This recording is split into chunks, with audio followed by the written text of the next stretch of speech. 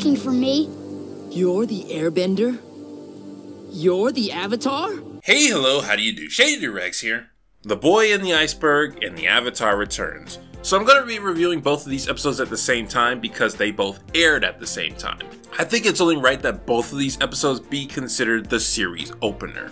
In part 1, we're introduced to Sokka and Katara, two Inuit teenage siblings belonging to the Water Tribe in the South Pole. On one of their fishing trips, Katara frees a boy trapped in an iceberg along with his pet bison. This boy turns out to be Aang, the long-lost Avatar as well as the last Airbender. Nearby, Prince Zuko of the Fire Nation and his uncle Iroh sees signs of the Avatar and head towards the Water Tribe village to find them. In part 2, Aang encounters the Fire Nation for the first time and allows himself to be captured by them in order to keep the village safe. With the help of Sokka, Katara, Appa, and some Avatar spiritualness, Aang works his tricks to escape from Zuko's clutches. Upon rewatching, the first thing I notice about the opener is the comedy and how different it is from what will come.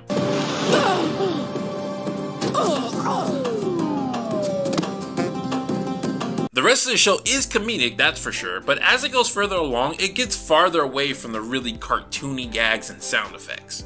I was actually prepared to do a lot of nitpicking with this episode, giving the usual speech of, oh well, it's the first episode, so it's not as good. You have to expect a couple of bumps when the show is just getting started. Holy to dongles, was I wrong. I completely forgot how well even this episode holds up. From the dialogue to the animation, it's all on par. I mean, it's not one of the best episodes, but... Okay, here's a quick example. Aang lets Zuko capture him and tells Katara everything's gonna be okay.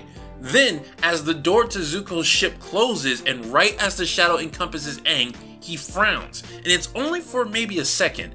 Good golly goodness, is that fantastic. It's great camera angles, great symbolism, great showing without telling. You just get so much from a small second of Aang frowning at the right moment. I also have to praise the pacing here. In a story aimed for a different audience, you might say it goes too fast, what with Sokka and Katara leaving their home in the very first episodes. You'd normally let all this sink in a little longer and let the main characters develop in an environment with no danger. But this isn't a different story. This is Avatar, and for what Avatar is supposed to be and the audience it's aiming for, I'd say the pacing is perfect. You get that nice calm tone in the first episode, immediately followed by tension and action in the second. If a kid is getting bored, their attention will perk up if they just hold on a little longer. And for the more mature audiences, we do get to learn about these characters in the upcoming episodes, so as long as one's interest is piqued just a little, they will be satisfied. But while I think objectively that most kids would find the pacing perfect, I can say that as a kid myself, I personally was never particularly impressed with this episode when it first aired. I remember watching the commercials in the weeks that led up to the premiere and thought it looked insanely cool, but I was drawn in by the promise of the action, and the action in this episode just didn't do it for me. My kid brain really wanted to see some fast action waterbending, as I've always been a fan of Hydra Man. A fan of Hydra Man's powers, because you can do really cool and creative things with the ability to control water, and I was always disappointed that Hydra Man himself was too uncreative to think of them. So when I was told, hey, this show has people who can control water and use it as their personal weapon, I got really excited. But while we do get some waterbending, it was more big and impressive rather than fast-paced and creative. But that's 100% a personal preference that kid me had.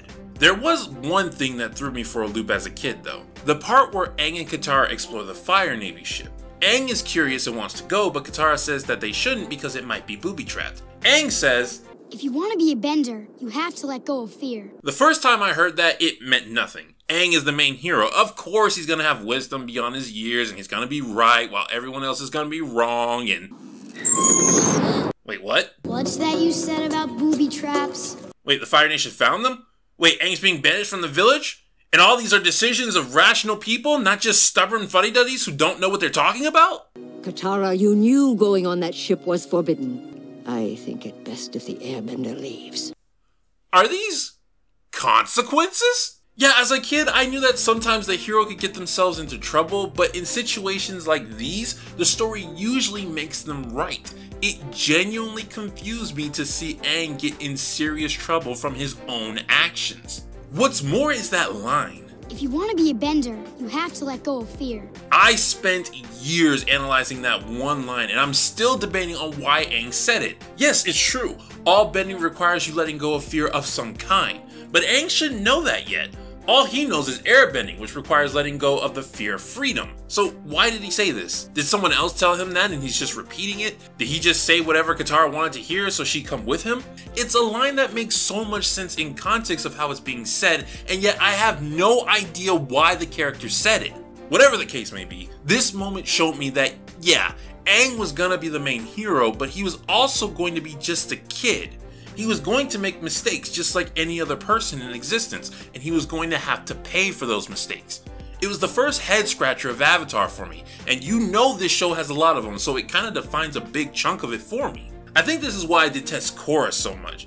In her introduction, the exact opposite happens, where she defies people who are clearly wiser than her, and the story says, yeah, she was totally justified in doing that. Season 1 of Korra really did feel like a let's do everything the opposite of Aang even if it makes the story worse kind of deal. And I would be remiss if I didn't mention this line.